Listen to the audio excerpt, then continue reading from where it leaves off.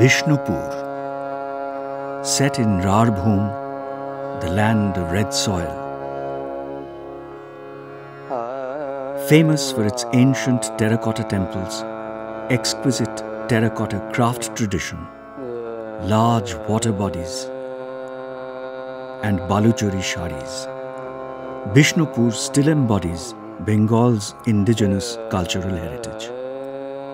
Bishnupur is now the headquarters of the subdivision of the same name in Bankura district in West Bengal.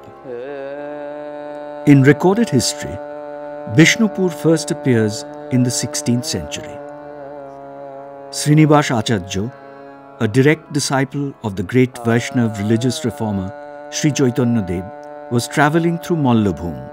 Birhambir, the Mallo king of the time, detained him on suspicion that his craft was loaded with stolen gold and gemstones.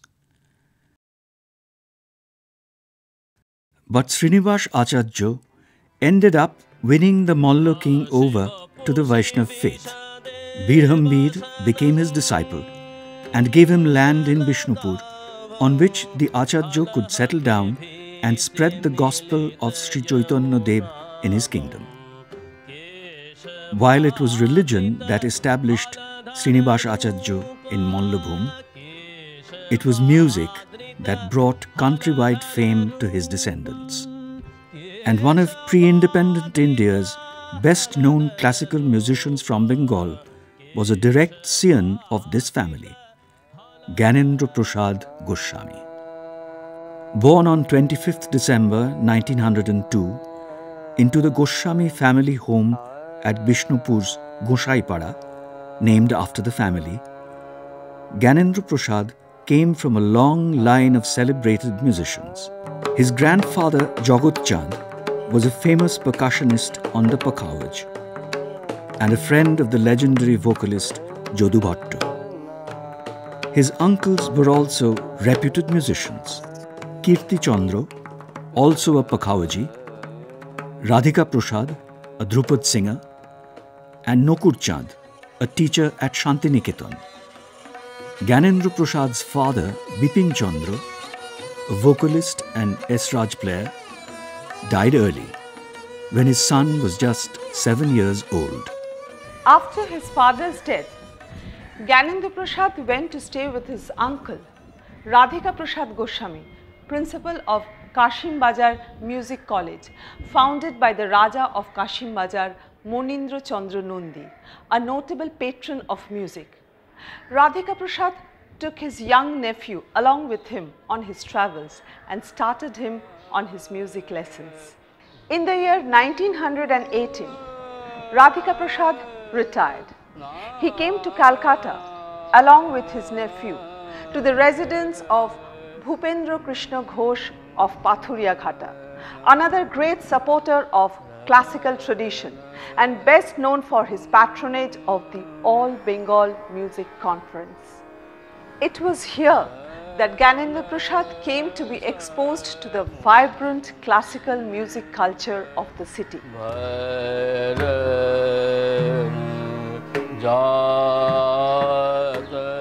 In 1925, Radhika Prasad unfortunately took ill and died.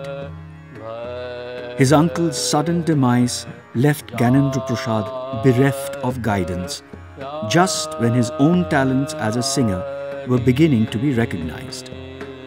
However, Bhupendra Krishna Ghosh let him stay on at the Pathuria Ghata residence to practice and hone his art.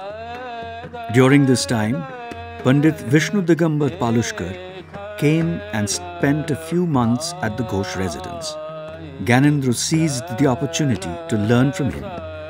Later in life, Gyanendra Prasad was to widen his musical horizons outside his gharana once again under the tutelage of the great Ustad Fayaz Khan.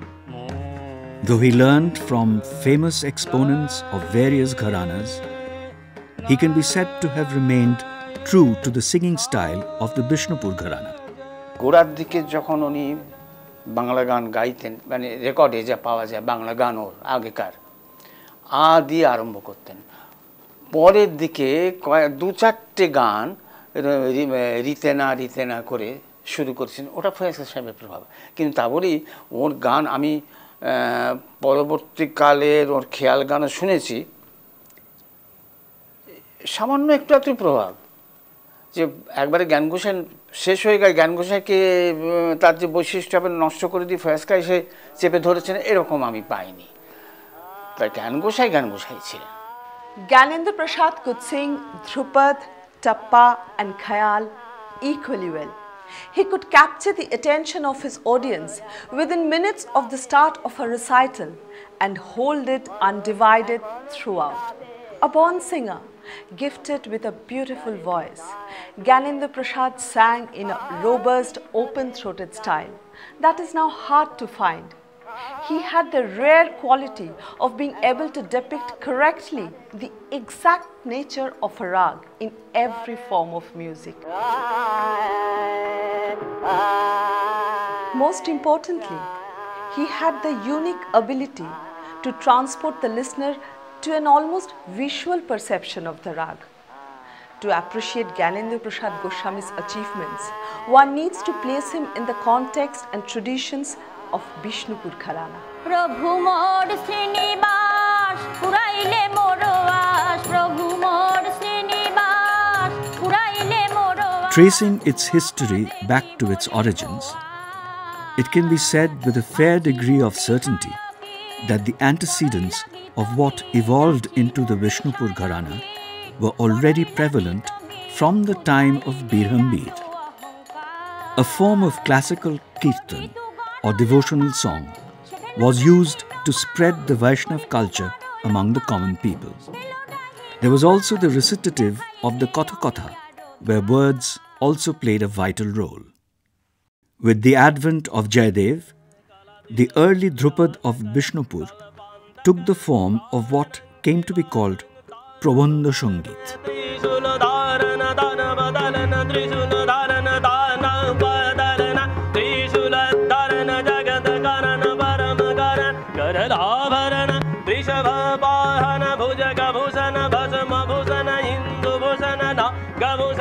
It is therefore logical to assume that in the 16th century, classical Dhrupad entered Bishnupur and Bengal through the songs of the Gita Govinda. Pralaya payodhi jale drita vanashibedam Pihita bahitra charitra makhedam Keshavadhrita mena sharira Keshavadhrita mena sharira Jaya Jagadish Hare. Dhrupad also had a role in festive singing.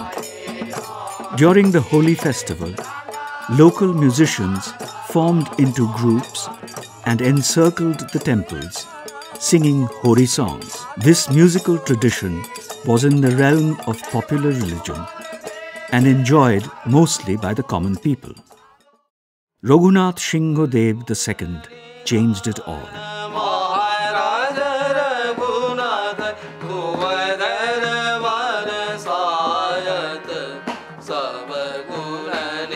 In 1702, Raghunath Shingodev II became the king of Mallabhum. That was the time when the Mughal Emperor Aurangzeb ruled the country.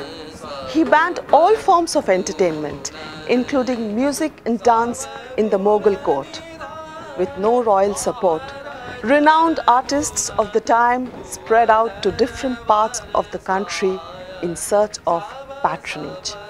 Bahadur Khan, a descendant of Tansen and famous Dhrupad singer of the celebrated Saini Gharana, which flourished in the Mughal court, and Pir Baksh, the Pakhwaji, both came to Bishnupur and received the royal patronage of Raghunath Shingodev II, and thus began a gharana.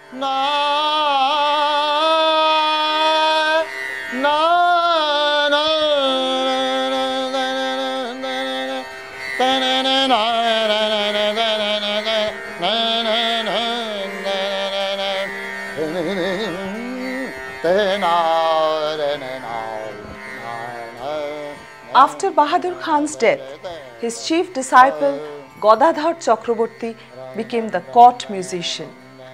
Under his tutelage flourished Ram Shankar Bhattacharya, followed by his disciple Khetra Mohan Goswami and then Jodu Bhatto, whose fame spread throughout India. The hugely talented Ram Shankar's efforts resulted in the blending of various Hindustani musical trends and created a distinctive style of singing which later came to be known as the Bishnupur Gharana. There are a number of elements that set the Bishnupur Gharana apart from others. এই ঘরানার আলাপ পোর্শনে চারটা তুক আছে, অস্থায়ী, অন্তরা, সঞ্চারী এবং আভোগ।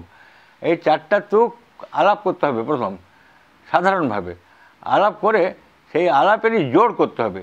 আলাপের জোড় হচ্ছে একটা সুর দুবার করে বলা, সেটা হচ্ছে আলাপের জোড়।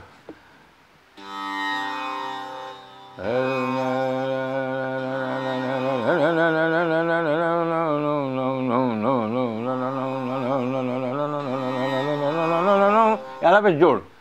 আচ্ছা, আলাপের জোড় দুন, ত্রিদুন, চৌদুন ছন্দে আলাপের জোড় হবে। তারপরে আলাপ পোর্শন কমপ্লিট হওয়ার পর গান হবে।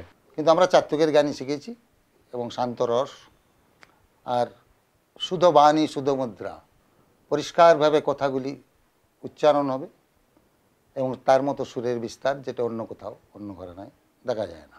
আমরা যখন ধ্রুপদ গাই, আমরা ভাবি আমরা দেবালয়ে বসে ঠাকুরের কাছে নিজেকে সমর্পণ করছি।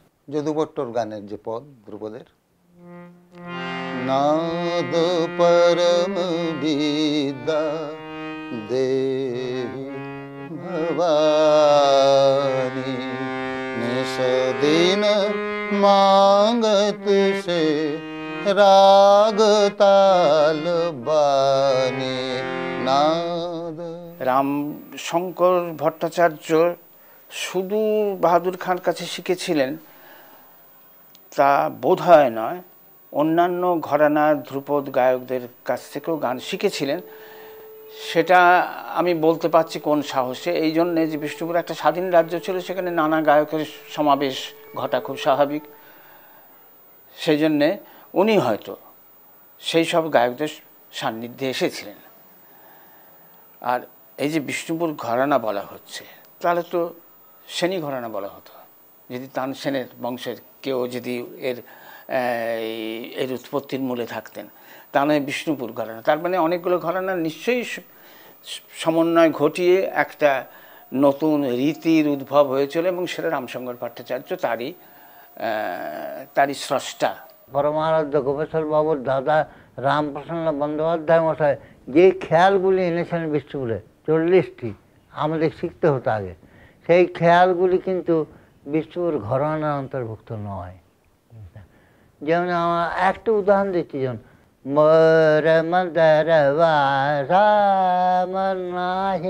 এই যে জাতীয় গান, এসব গান কিন্তু নাড়া জলে রাজার ওখান থেকে উনি কোন ওস্তাদের কাছ থেকে সংগ্রহ করে উনি এনেছিলেন।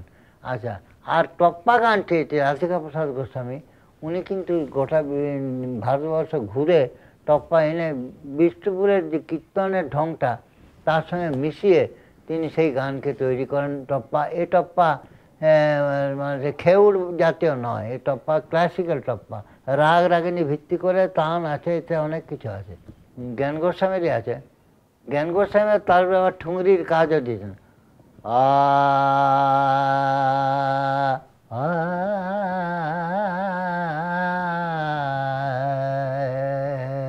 এটা কীর্তন মতো জিনিস। বাজিল ও সামের মার্থি সোনার নিকুঞ্জ বনে, বাজিল সামের মার্থি সোনার নিকুঞ্জ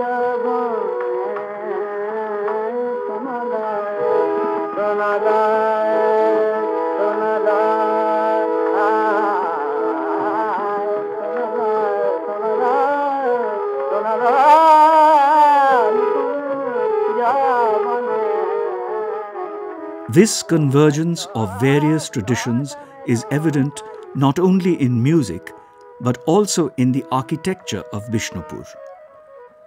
The Rek and the Pida architectural style of the Orissa temples, combined with the thatched roof style of rural Bengal, resulted in the beautiful temples of Bishnupur, creating a unique and distinctive style.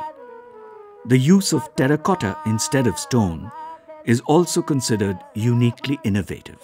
গৌড়ীয় বৈষ্ণব ধর্ম এবং সংস্কৃতির মূল কথাটাই হচ্ছে Indian যে culture সেটারই একটা মিডাইভাল ফেজ।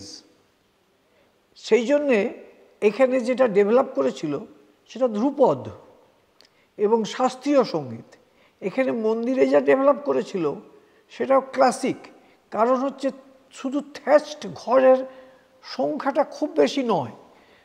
এখানের খুব সত্যি কথা যে বিষ্ণু এই বেঙ্গলের যে থ্যাচড হাট টাইপটার এটাকে সবসময় বেসে রাখা হয়েছে, কিন্তু তার উপরে রত্ন টাইপগুলোকে দেওয়া হয়েছে যেগুলো উড়িষ্যার ক্লাসিকের। Gyanendra Prasad was the product of this cultural tradition. Though he mainly sang Dhrupad in the initial years of his career, but later he concentrated on Khayal and thereafter in Ragastroyi Bangla Gan or rag-based Bengali song.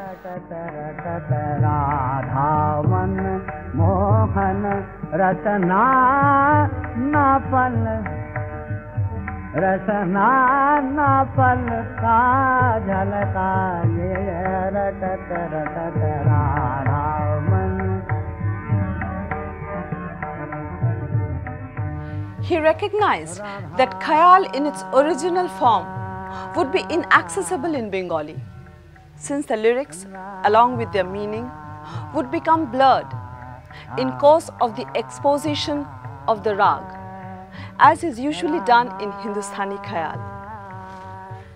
Gyanendra Prasad was very much in search of the Khayal-based Bengali song. He found it through his interactions with the playwright, songwriter, composer Tulsi Lahiri and the great poet and lyricist Kazi Nazrul Islam, whom he first met in the year 1932.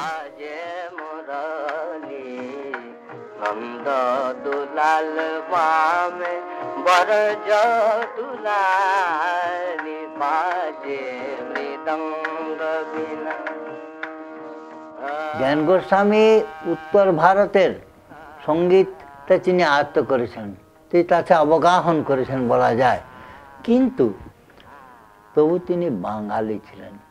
কেন না তিনি বলতেন যে বাংলার ভাষার পদলালিত্য এবং রসমাধুর্য এগুলো অন্য কোথাও পাইনি আমি, এই জন্য আমার বড় ভালো লাগে। সেই জন্য উনি বললেন ঠিক আছে এই গানগুলোকে প্রথমে বাঙালিকে দিতে হবে। মুরলিকে ধ্বনি শুনি সখিরে ডালে, মুরলিকে ধ্বনি শুনি সখিরে ডালে, উরত নাহি কछु কাম কার লাজে, উরত নাহি কछु কাম কার লাজে। উনি কি করলেন, উজল কাজল দুটি নয়ন তারা, উজল কাজল দুটি নয়ন তারা, উজল কাজল দুটি নয়ন তারা, আকুল চঞ্চল পারে কুজিরা তারা, আকুল চঞ্চল পারে কুজিরা তারা। In the early decades of the 20th century, when the movement of raga-based Bengali song started in Bengal, his songs Amaye Bolona Bhulite and Shunno e Buke Pakhi Mor became runaway hits.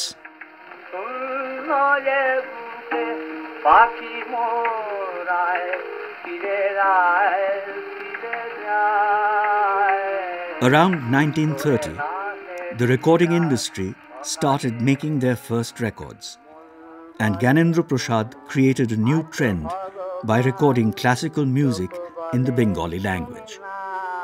Gyanendra Prasad was probably the only one during that time who could render the full meaning of the rag and the accompanying words within the fixed limit of those 3 or 4 minutes of recording. সেই সময়কার 3 minute 10 second 3 minute 5 second এরকম যে record আছে সেই রেকর্ডের মধ্যে জ্ঞানবাবু যে রাগেই যে গানটা করুন চট করে সেই রাগটাকে সামনে দাঁড় করে দিত, চট করে রাগটা একবারে সামনে যেন দাঁড়িয়ে পড়লো আমার এখানে, তার গলা তার গায়ন পদ্ধতি সব দিয়ে।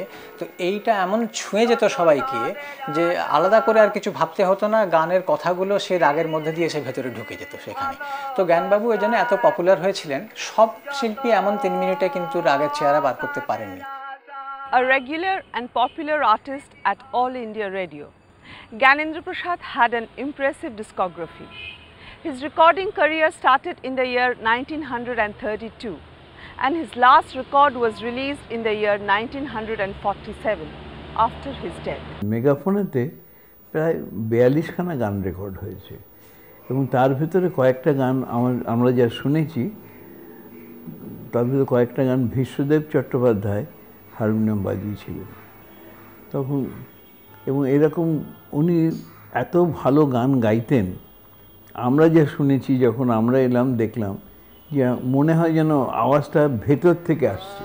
Gyanendra Prasad's ability to rise above the grammar of classical singing set him apart from contemporaries. Music critics agree that Gyanendra Prasad is indeed an unique and rare phenomena in the musical annals of Bengal. The wide range of his voice, his exceptional voice control, free-flowing renditions of complex rags, and his engagement with audiences were hard to match. কণ্ঠমাধুর্য জ্ঞানবাবুর ধারে পাশে কেউ তো যেতে পারেনি এই জন্যে যে আমি দেখতাম তার গলাটা শাঁখের চেয়ারের মতন, গলাটা ঠিক যেন মনে হয় যে তুললে একটা শাঁখ ওটা বসানো আছে। সবচেয়ে বড় কথা হলো খাদের দিকে গান করতে গেলে কথা অস্পষ্ট হয়, সুর কম লাগে, কিন্তু কি আশ্চর্য জ্ঞানুদার খাদের দিকে যত আসতেন তত পরিষ্কার হতো গলা, আর গলা চেপে গান কখন করতেন না, সেই দরাজ গলা, আর তার তেমনি টান, আর তার তেমনি। কেবল তাই নয়, আসরে বসে সুর লাগেলেই মনে হতো যে বুঝি অনেকক্ষণ গান হচ্ছে এখানে। জ্ঞান গোস্বামীর গানে ত্রিধারা সম্মেলন হয়েছে, ধ্রুপদ, টপ্পা এবং খেয়াল, তিনটি ধারা আছে গানের মধ্যে, এই জন্য এত ভালো।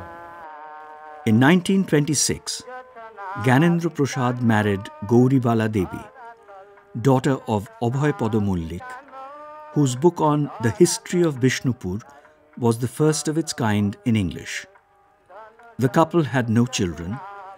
After Gyanendra Prasad's death, his wife adopted Nokur Chand's grandson, Ajit Goswami. After his marriage, Gyanendra Prasad left his patron Bhupendra Krishna's house at Patoria Ghata and lived at many places in North Calcutta.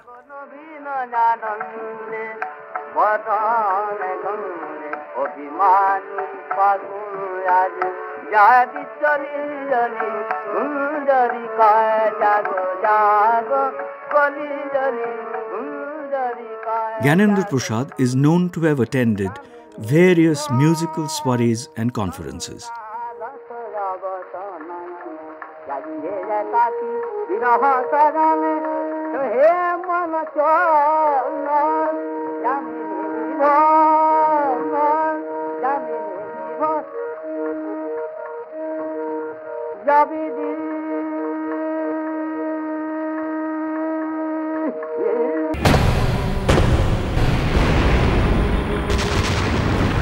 With the advent of World War II, the number of musical soirees in the city came few and far between.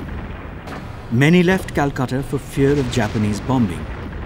In 1941-42, Gyanendra Prasad returned to Bishnupur, frustrated by Calcutta's stagnant musical scene.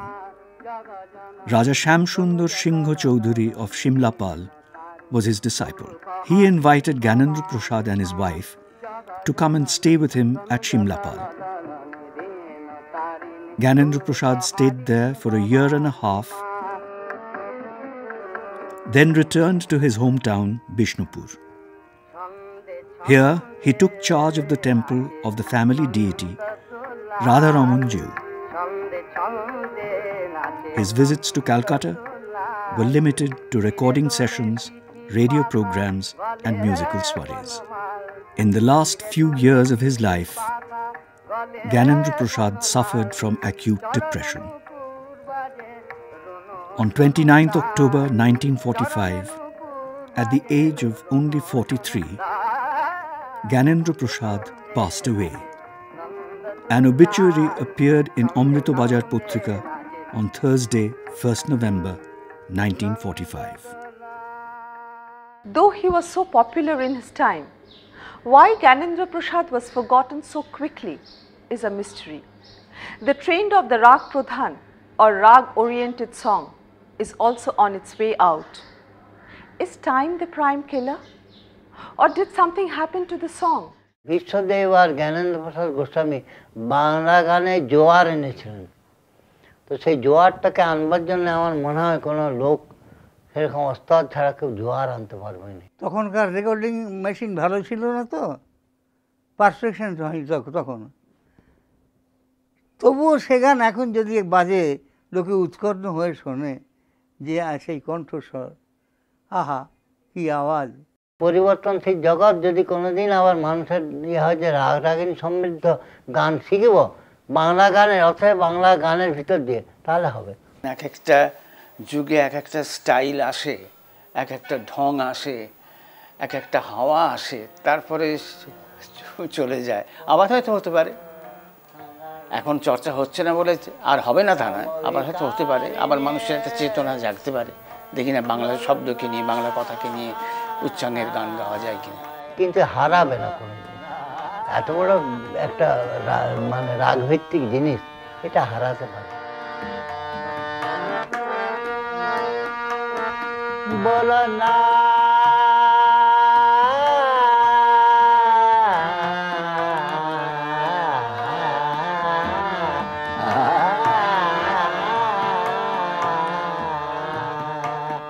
বলো না ভুলিতে বলো, কলঙ্কেরই কথা